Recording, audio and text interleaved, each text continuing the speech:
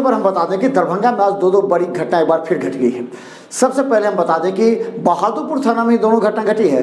बहादुरपुर थाना क्षेत्र के हाउसिंग कॉलोनी स्थित 7 फेरे में कुछ लोग युवक अपना जन्मदिन मना रहे थे। उसमें करीब 15-20 से ज़्यादा लोग थे। इसी दरमियान बाहर से आए हुए अपराधियों ने गोली चला दी, जिसमें एक व्यक्ति के पैर में गोली लगी है और डीएमसीएच में भर्ती है, जिसका इलाज चल रहा है। हम बता दें कि अभी नए बहादुरपुर थाना क्षेत्र के हाउसिंग कॉलोनी में बर्थडे मनाने आए करीब 2 दर्जन युवक पूरी तरह आनंद में एक दूसरे को बधाई देकर बर्थडे मना रहे थे।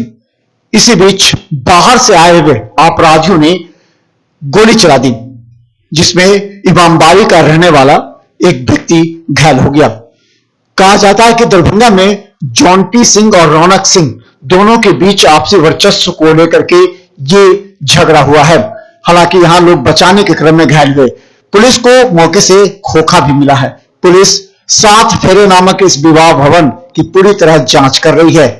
इसमें सीसीटीवी भी मौजूद नहीं था। उम्र कितना है आपका? उम्र हमारा 27 है। पिताजी का नाम? पिताजी का नाम लेट इमरान अहमद।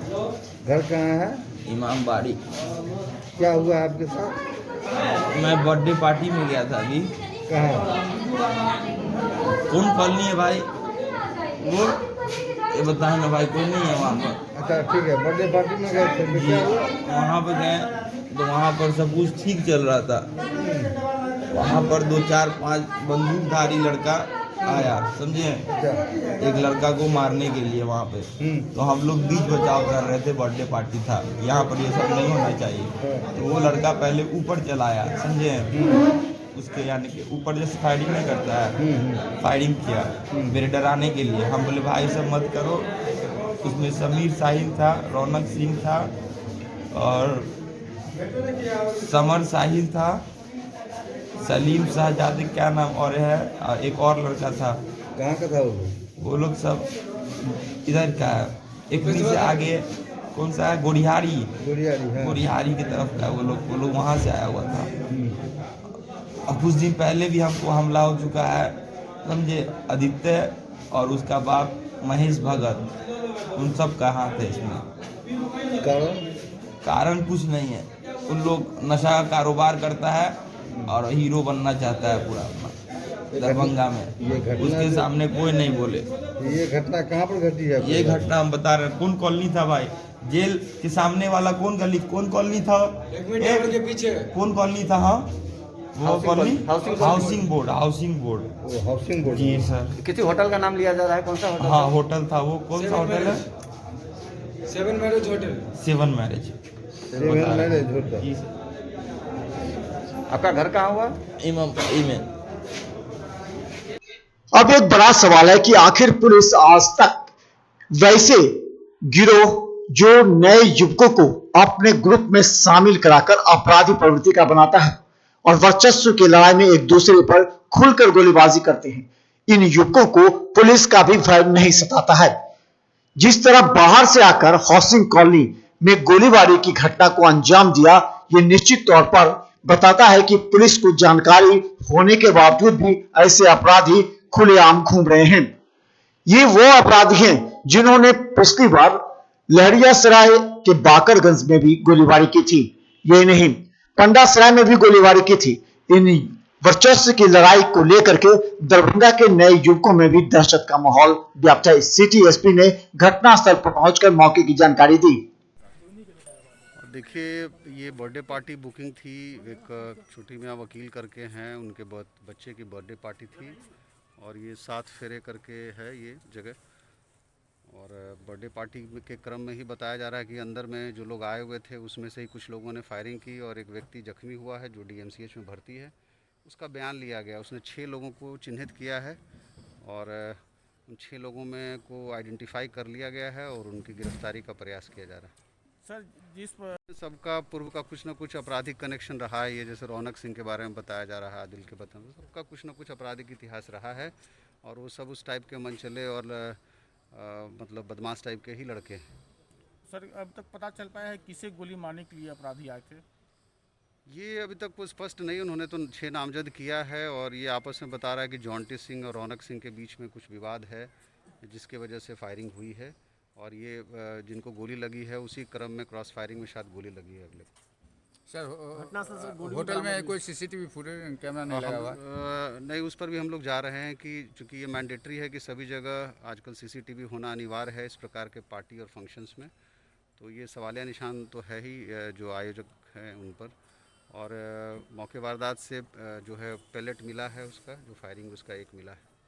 सर शराब पीने की बात हुई है, कुछ लोग बता रहे हैं। उस पर भी हम लोग तहकीकात कर रहे हैं। अभी तक तो किसी प्रकार का कुछ ये नहीं बरामद हुआ है बट उस बिंदु पर भी जांच कर रहे हैं हम लोग। तो वहीं दूसरी बड़ी घटना बता दें कि बहादुरपुर थाना क्षेत्र के ही कोटक गांव का रहने वाला दीपक कुमार चौरसिया, जो 7 जनवरी को तारालाही में भोज खाकर लौट रहा था, घर नहीं पहुंचा। बाद में पुलिस में इस बात की सूचना दी गई। हालांकि परिवार के लोगों ने भी इस बात की सूचना दी कि वो संदिग्ध व्यक्ति है जिसने गोली चलाया, या जिसे संदिग्ध व्यक्ति पर उन लोगों ने पुलिस को नाम भी बताया, लेकिन पुलिस ने कार्रवाई नहीं की। इसके बाद आज यानी कि 12 तारीख को उसकी लाश मिली है। लाश मिलते ही पूरे क्षेत्र में आक्रोश की लहर फैल गई। तत्काल डीएसपी लाश को पोस्टमार्टम के लिए लेकर गए। वहां उन्होंने कहा कि व्यक्ति को चिन्हित किया जा रहा है, पोस्टमार्टम के बाद परिवारजनों को सौंप जाएगा। हालांकि उन्होंने कहा कि संदिग्धों के नाम दिए गए हैं परिजनों के द्वारा। दरभंगा के बहादुरपुर थाना क्षेत्र के तारालाही में एक भोज खाकर लौट रहे युवक दीपक कुमार चौरसिया 7 जनवरी से गायब हो गए थे। गौरतलब है कि बहादुरपुर के ही कोकट गांव के रहने वाले थे। उनके स्वभाव काफी सादगी भरा था, लेकिन ऐसे में एक अपराधी प्रवृत्ति के व्यक्ति पर संदेह किया गया था, लेकिन पुलिस ने कार्रवाई नहीं की। आज उसकी लाश मिलते ही पूरे आक्रोश की लहर फैल गई। लाश को पोस्टमार्टम के लिए भेजा गया। 7 तारीख को तारालाही में भोज खाने गए थे। भोज खा के लौट रहे थे। उसके बाद से घर में पहुँचे, पता चला कि उनके गाँव में साइकिल देखे गए थे। समझ में कान ठीक किया गया था। आज जो है हथौड़े के पैर में ऐसा पाया गया, बचाव उनके रूप में हुआ है। समझ में हम लोग कार्रवाई की जा रही है। हम लोग जल्दी क्या बॉडी को देखने से क्या लगा, हत्या किस नाम बॉडी पाया गया है, लेकिन क्या प्रतीत है क्या किया गया, कैसे डला, मतलब चोरी छापी या गोली किस तरह का नहीं चला है, उस पर कार्रवाई की जाएगी।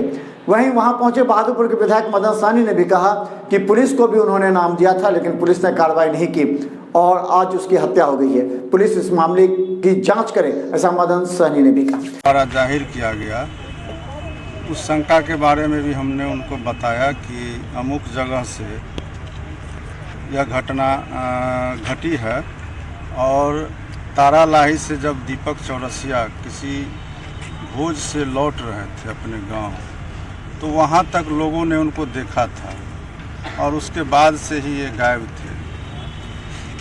और आपस में लोग किसी व्यक्ति विशेष पर संदेह कर रहे थे, जिसके बारे में भी हमने एसएसपी को बताया था नाम के साथ। और वह व्यक्ति कोई साधु प्रवृत्ति का नहीं, इससे पहले भी वो दागी रहे हैं, अपराधी किस्म के व्यक्ति है। अगर कोई साफ छवि का व्यक्ति हो और उनका नाम किसी घटना में आता है तो पुलिस को कठिनाई होती है बिना ठोस सबूत के उन तक पहुंचने में।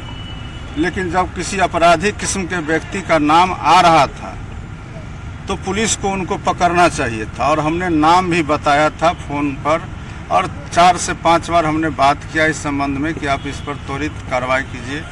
एक तो फेकला ओपी और पतोरोपी लोग जो उनके घर के लोग थे या गांव के लोग थे, ना एफआईआर करने के लोग परेशान थे। जब हमने एसएसपी को कहा तो एफआईआर हुआ। तो पुलिस कहीं ना कहीं दरभंगा के, मुझे लगता है हम लोग सत्ता दल के विधायक हैं, नहीं बोलना चाहिए, लेकिन बड़े दुख के साथ, चूँकि दीपक चौरसिया को हम व्यक्तिगत रूप से जानते हैं, एक होनहार व्यक्ति थे और योग से भी जुड़े हुए थे। बहुत सारे लोग इस काम के वजह से भी उनको पसंद करते थे। और ऐसे अच्छे व्यक्ति का जिस तरह से हम लोग आज देख रहे हैं कि उनकी लाश मिली, 4 दिन से हम लोग परेशान थे, एसएसपी को कह करके थक गए थे, लेकिन इस एसएसपी पर कोई भी फर्क नहीं पड़ता। जब कोई घटना हो जाएगी तो आज उसका निराकरण हो या 10 दिन के बाद हो, वो तो हो ही जाएगा। लेकिन समय रहते ही अगर पुलिस प्रशासन सचेत रहे तो इस तरह का घटना नहीं घटेगा कहीं भी। तो हम लोग समझते हैं कि दरभंगा की पुलिस, खास करके एसएसपी, पूरी तरह से असक्षम है। और हम तो माननीय मुख्यमंत्री जी से भी अनुरोध करेंगे कि उनको तत्काल यहाँ से हटाया जाए। और अन्य पदाधिकारी भी, ये हम नहीं कह रहे हैं, सारे दरभंगा जिला के लोग जानते हैं कि दरभंगा में अन्य पदाधिकारी भी कौन काम में लगे रहते हैं। ये पब्लिक से जब चर्चा होगी तो पता चलेगा। ये सभी लोग जो है दूसरे काम में लगे रहते हैं, पब्लिक के कोई काम को नहीं सुनते हैं, पब्लिक के बात को नहीं सुनते हैं। और यह घटना कोई पहली घटना नहीं है। इससे पहले भी सिनवार गोपाल के पूर्व मुखिया की हत्या हुई थी और उसका लाश भी आज तक नहीं मिला, और उन्हीं लोगों का नाम इसमें भी आ रहा है। और यह बात भी हमने एसएसपी को कहा था। और जब पुलिस का काम है शंका के आधार पर भी लोगों को पकड़ना और उनसे पूछताछ करना, लेकिन सारा ठोस सबूत जब मिल ही जाएगा तब ये पकड़ेंगे।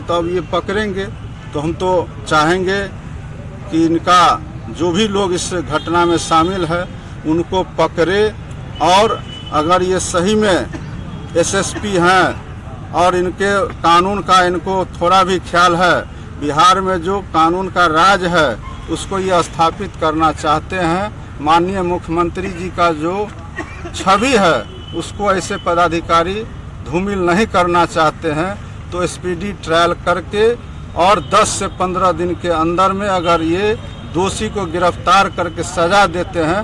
तो हम बता दें दरभंगा में आज 2 बड़ी घटना घटी है। एक तरफ जहां जन्मदिन मनाने वाले के पर बाहर के अपराधियों ने फायर किए, वहीं दूसरी तरफ लाश मिलने से, एक गुमशुदा व्यक्ति की लाश मिलने से आक्रोश की लहर है। पुलिस दोनों मामले की छानबीन कर रही है। जल्द हर रिपोर्ट, हर अपडेट आप तक पहुंचाने का